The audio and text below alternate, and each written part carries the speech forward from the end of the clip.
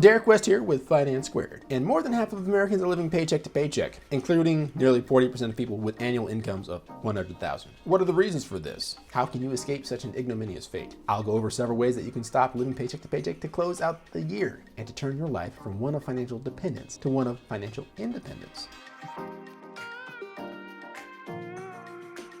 It's understandable why quite a few people end up living paycheck to paycheck. Unfortunately, most people have zero training on personal finance up to and through high school, college, and even grad school. Unless it's a subject that you find of interest, you typically just don't know much about the topic. This can lead to formation of less than ideal financial habits, misunderstandings about the nature and role of money, and about the importance of saving today for a better tomorrow. The unfortunate thing is, this is true for all economic strata and all levels of employment. You'd be surprised to learn about how ignorant about money some of the richest and most powerful people in the world really are. This is oftentimes illustrated the most by athletes who spend themselves into bankruptcy, or politicians caught embezzling funds or accepting bribes, etc. The truth is, most people, from the poorly educated to the very well educated, from the poorest slums to, yes, even the richest suburbs, have a poor understanding of personal finances and what it takes to grow your wealth when starting from nothing. The fact that over half the population of the United States is living paycheck to paycheck should not then surprise anybody. If you're a low-wage earner, it can be understandable why you're living paycheck to paycheck. No excuses needed. The low-wage earner, like everyone else, has poor financial education and also more than likely poor skills to even begin to earn more wages. But as we shall see, earning more wages oftentimes doesn't help. Let's take a look at some of the reasons why. One of the problems with earning a high income is that a high expectation of your living standards comes right along with it. This can lead to, among other things, lifestyle creep, which can manifest itself in a number of ways. Such ways can include living expenses, primarily housing costs. Back at the end of 2012, the median sales price of a house was about $251,000.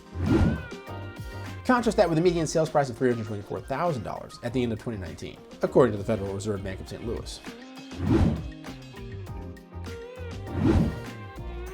Was that the same size house that consumers were looking at, only with an inflated price? Actually, in most cases, the answer is no. The preference of the house buying public is what has been shifting in the last few years. The trends towards larger and larger property and exclusive gated neighborhoods with all the best amenities has been trending for a while now. The housing industry has shifted away from affordability and towards luxury, and that's just the way the housing purchasing consumer likes it. But this isn't a video on the ever-ballooning cost of housing, which of course is an awesome topic for another video. Let me know in the comments down below if that's something you'd like to see. This is a video on how most people can barely pay their monthly bills. The rising cost of housing is just one piece of that. The other thing is the ever larger credit burden on the average American citizen. And no, it's not just credit cards this time. You see, student loan debt has exploded in the last couple of decades. Let's take a look.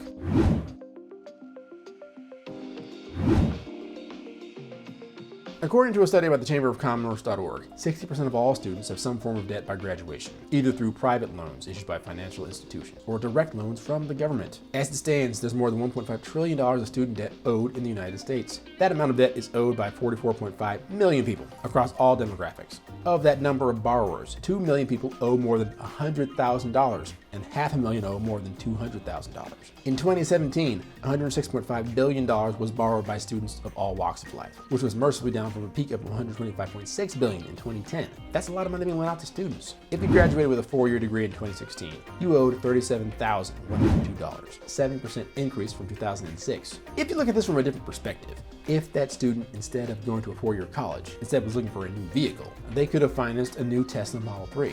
They could have also borrowed that money for a down payment on a starter home. Not a smart move, but they could have. Or bootstrapped their own small business. As the value of bachelor's degrees has continued to decrease, increasingly, more and more people are borrowing money to go to graduate school. In fact, 40% of federal student debt is held by those who are in graduate degree programs. By the way, if you're looking at graduate schools to help to boost that resume, the cheapest graduate degree is an MBA, which students acquire via $42,000 in debt. The most expensive was medical school, which ended up indebting the average borrower to the tune of $194,000. That is a lot of student debt. I bet I know which profession those 500,000 people with over $200,000 in student debt are aspiring to. Now, this isn't just a millennial or Gen Z thing either. 37.5% of those with student debt are under 30, for sure. But the other 60% are older than 30. And this student loan crisis affects different people in different ways. There are demographic studies of the people that have student loan debt, and they suggest that women and minorities are the hardest hit, as usual. With 2/3 of the total of student debt held by women and African Americans taking out federal student loans at a rate of 77%, compared to 60% as the national average. Credit cards are definitely a culprit in this as well.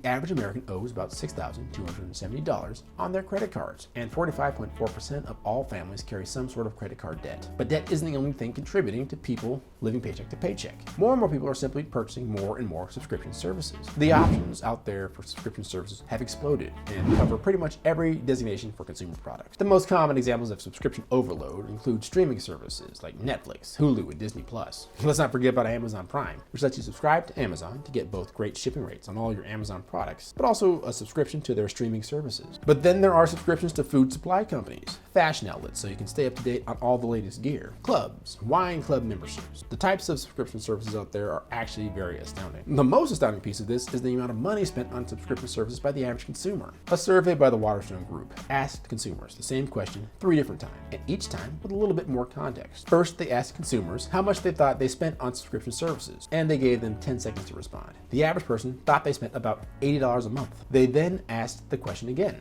this time with prompts for specific examples of expenses, and they then gave them 30 seconds to guess. This time, the average came out to about $110. Finally, the survey handheld them through 21 categories of services to more accurately determine their average monthly spending. This time, the average came out to $237.33. All of these costs add up. Rising housing costs, heavy debt levels, subscription services that run amok. It's no wonder that the average person cannot save for any investing, but instead is constantly running behind. Is there any hope? There certainly is. Let's take a look at that next.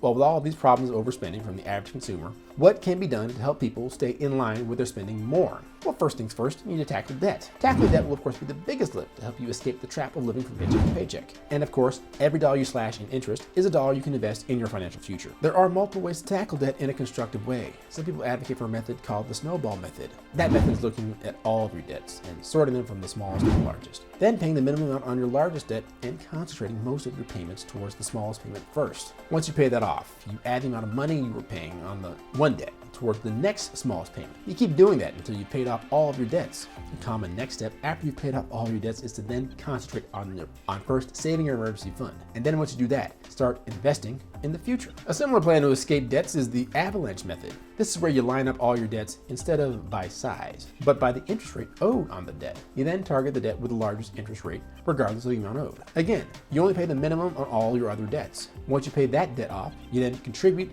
the amount that you were paying in interest and principal over to your other debts that you're paying off. You continue to do that until you pay off all your debts. And again, once you do that, you focus on building your emergency fund and investing for the future. There's also the option to combine both techniques if that works for you. Some people feel the snowball method is better for building up momentum and discipline for paying off your debts, and others feel that instead you're better off doing avalanche because you'll just save more on interest. Well, something I advise people who can't choose is to start off with the snowball method and then migrate to an avalanche. In other words, look for your smallest debt and build the muscle you need to pay off all your debts. Then tackle the debt with the highest interest rate first, and then continue on in that manner. Now, getting out of living paycheck to paycheck is more than about just handling your debt. You need to get a handle on the rest of your monthly spending too. To do this, break it up into a couple of phases. First, start off by tracking your spending so you know everything that you owe. You can use a spreadsheet, pen and paper, or you could go high tech and get an app that will help you to track your spending. Some apps will allow you to track spending out of your bank accounts, credit cards, and other accounts. There are a million apps out there that can help you do this, and telling you which one to use is probably a topic for another video. Be sure you're subscribed with post notifications turned on so you're first in line to watch it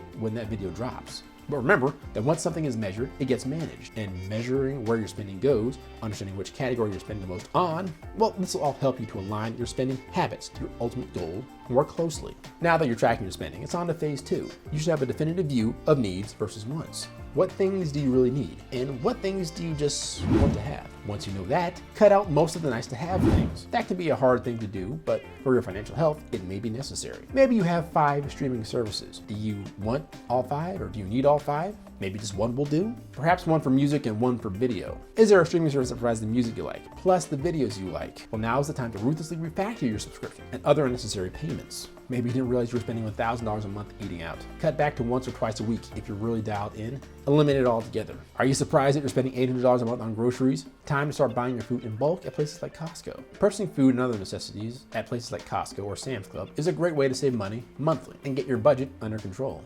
Minimize trips to places like Whole Foods, which really just inflates the price on what normally would be considered staples. And now on to phase 3. It's time to talk about the elephant in the room, your quote-unquote needs. Everyone needs 3 basic things to function in life: a roof over their head, food to eat, and transportation to get around to where they need to be. Oftentimes what I find when someone is living paycheck to paycheck, all 3 of those things are the most expensive versions of themselves. If you're a renter, you're living in the most expensive place in town with all the nicest amenities. If you own your own home, typically you own too much home for what you can afford. We talked about eating out a little bit earlier and groceries as well, but those tend to be high as well. And then there's transportation. Do you really need a Lamborghini to drive 2 miles to your place of employment? Admittedly, it's a little bit of an extreme example.